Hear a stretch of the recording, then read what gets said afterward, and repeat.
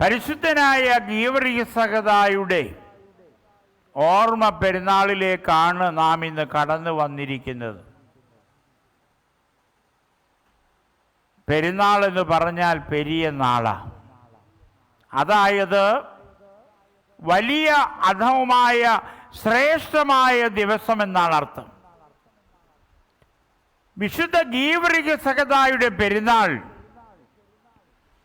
ഐക്യത്തിൻ്റെയും ധൈര്യത്തിൻ്റെയും സന്ദേശമാണ് നാടിന് നൽകുന്നത്. പെരുന്നാളിൻ്റെ ഭാഗമായ റാസ നാം എല്ലാവരും ഒന്നാണ് എന്ന സന്ദേശമാണ് നാടിന് നൽകുന്നത്.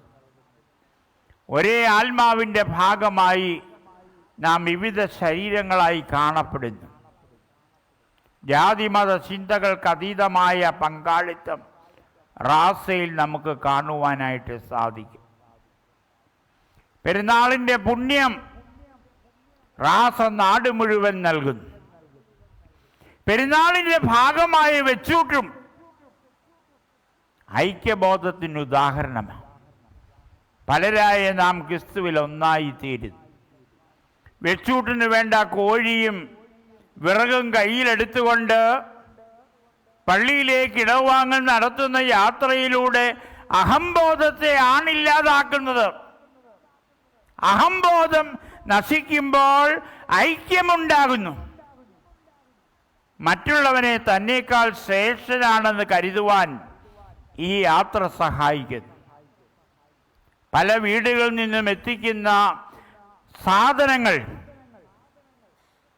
ദേവാലയത്തിൽ വെച്ച് ഒന്നിച്ച് പാകം ചെയ്ത് പങ്കിട്ട് ഭക്ഷിക്കുമ്പോൾ നാം ഒന്നായിത്തീരുന്നു. ദേവാലയം നമ്മുടെ വീടായി തീരുകയാണ്. തിന്മയ്ക്കും അനീതിക്കുമെതിരെ പ്രതികരിക്കുവാനുള്ള ധൈര്യവും പോരാളിയായ ഗീവർഗീസ് സഹദായുടെ പെരുന്നാൾ കൊണ്ടാടുന്നതിലൂടെ നമുക്ക് ലഭിക്കുന്നു. പ്രതിസന്ധികളെ ധൈര്യത്തോടും ഐക്യബോധത്തോടും നേരിടുവാനുള്ള ദിശാബോധം പരിശുദ്ധ ഗീവർഗീസ് സഹദായുടെ പെരുന്നാൾ മുഖാന്തരം നമുക്ക് ഇടയാകട്ടെ എന്ന് പ്രത്യേകമായിട്ട് പ്രാർത്ഥിക്കുന്നു.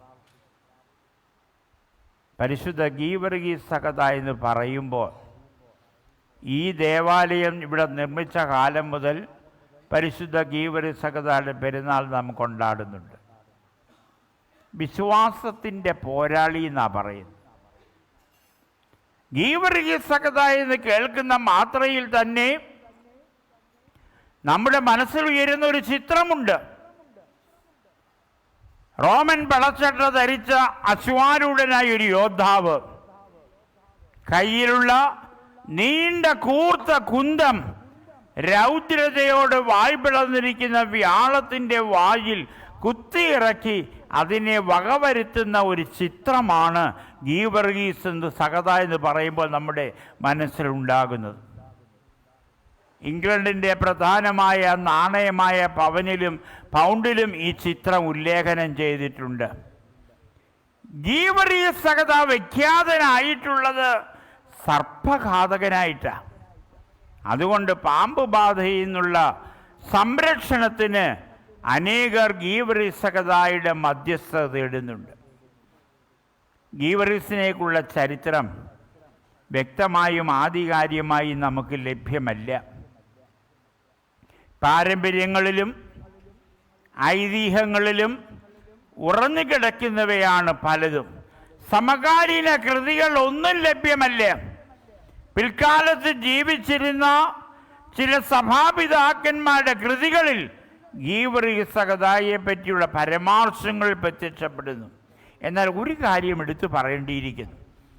പാശ്ചാത്യ പൗരസ്ത്യ സഭാ പാരമ്പര്യങ്ങളിലെല്ലാം ഗീവർഗീസ് സഹദാ സ്ഥാനം പിടിച്ചിട്ടുണ്ട്.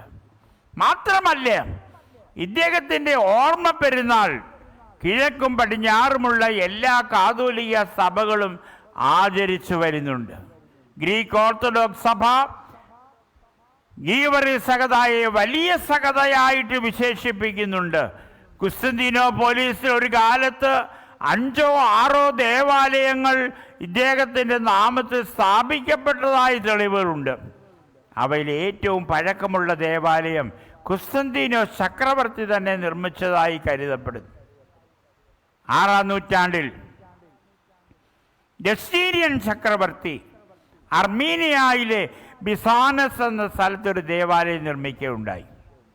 പാശ്ചാത്യ രാജ്യങ്ങളിൽ കുരിശുയുദ്ധങ്ങൾക്ക് ശേഷം എന്ന് പറഞ്ഞാൽ 11-ാം നൂറ്റാണ്ടിന് ശേഷം വിശുദ്ധ ഗീവർഗീസകതായുള്ള ആദരവും വിശ്വാസവും അദ്ദേഹത്തിൻ്റെ മധ്യസ്ഥുള്ള വിശ്വാസവും വളരെയേറെ വർദ്ധിക്കുവാനിടയായി.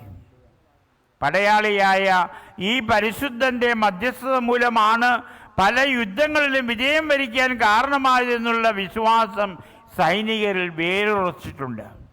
അങ്ങനെ ഗീവർഗീസകത സൈനികരുടെ പ്രത്യേക മധ്യസ്ഥനായി തീരുകയും ചെയ്തു.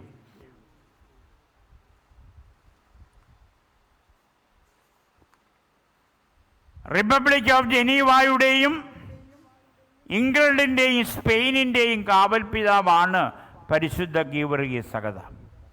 ഫ്രാൻസിലും ഇംഗ്ലണ്ടിലും ചില സൈനിക വ്യൂഹം തന്നെ ഗീവർഗീസകതയുടെ പേരിൽ അറിയപ്പെടുന്നുണ്ട്. കേരളത്തിൽ പുരാതനമായ പല ദേവാലയങ്ങളും ഗീവർഗീസകതയുടെ നാമത്തിൽ സ്ഥാപിക്കപ്പെട്ടിട്ടുള്ളതാണ്. ഇടപ്പള്ളി, കടമറ്റം, എടത്തുവ, പുതുപ്പള്ളി, ചന്ദനപ്പള്ളി ചില ഉദാഹരണങ്ങൾ മാത്രം.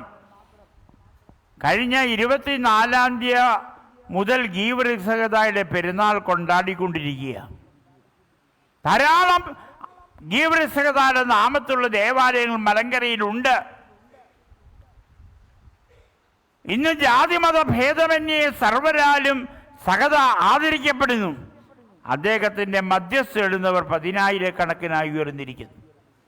ഗീവർഗീസകതയുടെ നാമത്തിൽ ബ്രഹ്മവാർ ഭദ്രാസനത്തിൽ ഇഞ്ചലമ്പാടിയിൽ ഒരു ദേവാലയമുണ്ട്. ഇത്രയുമില്ല, ഇതിൻ്റെ 1/4 ഭാഗമേ ഉള്ളൂ. ഒരു കുഞ്ഞു ദേവാലയം. വെറും 30 ഭവനക്കാർ മാത്രമുള്ള ഇഞ്ചലമ്പാടിയിൽ ഗീവർഗീസകതയുടെ പെരുന്നാൾ വളരെ അനുഗ്രഹപ്രദമായി നടക്കുന്നു. ഞാൻ ബാംഗ്ലൂർ ഭദ്രാസനത്തിൻ്റെ മെത്രോപൊളിറ്റൻ ആയിരുന്നപ്പോഴും ഒക്കെ ആ ദേവാലയത്തിൽ പോയി പെരുന്നാൾ ആഘോഷിച്ചിട്ടുണ്ട്. 30 ഭവനക്കാർ മാത്രമുള്ള ദേവാലയത്തിൽ 6ഉം 7ഉമാണ് അവിടുത്തെ പെരുന്നാൾ നടക്കുന്നത്. ലക്ഷക്കണക്കിന് ആളുകളാണ് ആ ദേവാലയത്തിൽ കടന്നു വരുന്നത്. ജാതിമത ഭേദമന്യേ ക്രിസ്ത്യാനികളായിട്ടുള്ള എല്ലാവരും, അതുപോലെ പാഴ്സിമാർ, തലകെട്ടിയവരൊക്കെ ആ പെരുന്നാളിൽ സംബന്ധിക്കുന്നുണ്ട്. 2 ദിവസത്തെ നേർച്ച വരുമാനം ആ ഇടവകയുടെ 25 ലക്ഷമാണ് ഭണ്ഡാരത്തിൽ വീഴുന്നത്. 25,000 കോഴിയാണ് ഒരു ദിവസം 7-ാം തീയതി രാവിലെ വെട്ടുന്നത്. റാസ ദേവാലയത്തിൽ നിന്നിറങ്ങി 3 കിലോമീറ്റർ ദൂരം യാത്ര ചെയ്ത് തിരിച്ചു വരുമ്പോഴും റാസ ദേവാലയത്തിന് നിൽക്കുക. അത്രമാത്രം വിശ്വാസികൾ തടിച്ചുകൂടുന്നൊരു ദേവാലയം ഞാൻ പുതുപ്പള്ളിയിലും കണ്ടിട്ടില്ല, എടത്തുവായിലും കണ്ടിട്ടില്ല, ചന്ദനപ്പള്ളിയിലും കണ്ടിട്ടില്ല. അത്രമാത്രം ലക്ഷക്കണക്കിന് ജനസമുദ്രം ഉള്ള ഒരു കുഞ്ഞു ദേവാലയം. അവരുടെ പ്രധാന നേർച്ചയെന്ന് പറയുന്നത് ഉരുൾ നേർച്ചയാണ്. പള്ളിക്ക് ചുറ്റും ഉരുളുക. കുഞ്ഞുങ്ങളില്ലാത്തവർ, അങ്ങനെ ധാരാളം അനുഗ്രഹങ്ങൾ ആ ദേവാലയം മുഖാന്തരം ഉണ്ടായിക്കൊണ്ടിരിക്കുന്നു. ആ ദേവാലയത്തിൻ്റെ കാര്യം ഞാനൊന്ന് പറഞ്ഞെന്ന് മാത്രമേ ഉള്ളൂ. ഗീവർഗീസകതയുടെ ജീവചരിത്രത്തെ പറ്റി പറയുന്ന അവസരത്തിൽ കപ്പദോക്യയിലെ ഒരു പ്രഭു കുടുംബത്തിൽ, സാധാരണക്കാരനല്ലായിരുന്നു ഗീവർഗീസകത, ഒരു പ്രഭു കുടുംബത്തിൽ ക്രിസ്തീയ മാതാപിതാക്കളുടെ മകനായി ക്രിസ്തുവർഷം 283 ഗീവർഗീസ് പൂജാതനായി എന്നതാണ് പാരമ്പര്യം. പിതാവിൻ്റെ മരണശേഷം മാതാവിനോടൊന്നിച്ച് ഗീവർഗീസ് പാലസ്തീനിലേക്ക് മാറി. അങ്ങനെ മാതാവിൻ്റെ സ്വത്തിന് ഗീവർഗീസ് അവകാശിയായി തീർന്നു. ആരോഗ്യ ദൃഢഗാത്രനായ യുവാവ് വളരെ ചെറുപ്പത്തിൽ തന്നെ സൈനിക സേവനത്തിനായി സ്വയം സമർപ്പിച്ചു. ഡയക്ലഷ്യൻ ചക്രവർത്തിയുടെ പ്രീതി നേടിയ ഈ യുവസൈനിക മേധാവി ഉന്നതമായ പല ഉത്തരവാദിത്തങ്ങളും വഹിച്ചു. വിദേശ രാജ്യങ്ങൾ സന്ദർശിക്കുവാനും നയതന്ത്ര ബന്ധങ്ങൾ നടത്തുവാനും നിയുക്തനായി. ഈ സന്ദർശനങ്ങളും ദൗത്യ നിർവഹണങ്ങളും ക്രിസ്തീയ സാക്ഷ്യം വഹിക്കുവാൻ അദ്ദേഹം ഉപയോഗപ്പെടുത്തി. ഊർമിയായിൽ ഇന്നത്തെ ഇറാനിലെത്തിയപ്പോൾ അവിടുത്തെ സഭയെ സംഘടിപ്പിക്കുവാൻ ഗീവറീസ് യത്നിച്ചു എന്നാണ് പറയുന്നത്. ഇംഗ്ലണ്ടും അദ്ദേഹം സന്ദർശിക്കുകയുണ്ടായി. ഇവിടെ വെച്ചാണ് ഡയോക്ലീഷ്യൻ ചക്രവർത്തി പ്രസിദ്ധീകരിച്ച ക്രിസ്തീയ വിരുദ്ധ വിളംബരത്തെക്കുറിച്ച് ഗീവറീസ് അറിഞ്ഞത്. കൂടാതെ തൻ്റെ ക്രിസ്തീയ വിശ്വാസത്തെക്കുറിച്ച് ചക്രവർത്തിയെ താൻ നേരിട്ട് അറിയിക്കുകയും ചെയ്തു. അത് മാത്രമല്ല, ദൈവത്തിന് വേണ്ടി രാജകീയ വിളംബരത്തിൻ്റെ കോപ്പി വലിച്ചു കീറി തൻ്റെ പ്രതിഷേധം പ്രകടമാക്കിയ ഒരു വ്യക്തിയാണ് ഗീവറീസ്. തൻ്റെ സൈനിക സ്ഥാനമാനങ്ങളെല്ലാം വലിച്ചെറിഞ്ഞ് ചക്രവർത്തിയുടെ നയത്തിനായി സംസാരിച്ച ഒരു വ്യക്തി. സഭാചരിത്രകാരനായ യൗസേബിയോസിൻ്റെ ചരിത്രകൃതിയിൽ ഒരു സൈന്യോദ്യോഗസ്ഥൻ ചക്രവർത്തിയുടെ പീഡനത്തിനെതിരായി സംസാരിക്കുകയും രക്തസാക്ഷി മരണം വരിക്കുകയും ചെയ്തു എന്ന് പരാമർശിക്കുന്നുണ്ട്. പേര് വെളിപ്പെടുത്തിയിട്ടില്ലാത്ത ഈ സൈനികൻ ഗീവറീസ് ആയിരുന്നു എന്നാണ് പണ്ഡിത മതം പറയുന്നത്. സ്വന്തം സ്ഥാനമാനങ്ങളെക്കാൾ വലുതായി ക്രിസ്തീയ വിശ്വാസത്തെ പരിഗണിച്ച പരിശുദ്ധനാ ഗീവറീസ് സഹത. ക്രിസ്തീയ സാക്ഷ്യം വഹിക്കുന്നതിന് വേണ്ടി പദവികളും ലൗകിക നേട്ടങ്ങളും ഗീവറീസ് പരിത്യജിച്ചു. കഷ്ടതയുടെയും സഹനത്തിൻ്റെയും പാത ഗീവറീസ് തെരഞ്ഞെടുത്തു. ക്രൂരനായ ചക്രവർത്തി ഗീവറീസിനെ ബന്ധനസ്ഥനാക്കി അതിക്രൂരമായ പീഡനമുറകൾ അദ്ദേഹത്തിനെതിരായി അഴിച്ചുവിട്ടു. ആ സമയത്തും ഗീവറീസ് അചഞ്ചലനായി പാറ പോലെ ഉറച്ചു നിന്നതായിട്ട് പറയുന്നുണ്ട്. അതുപോലെ തന്നെ ഒരു പട്ടാള ഉദ്യോഗസ്ഥനായതുകൊണ്ട് പിന്നീട് അദ്ദേഹത്തെ അഗ്നികുണ്ഡത്തിലേക്ക് എറിഞ്ഞു.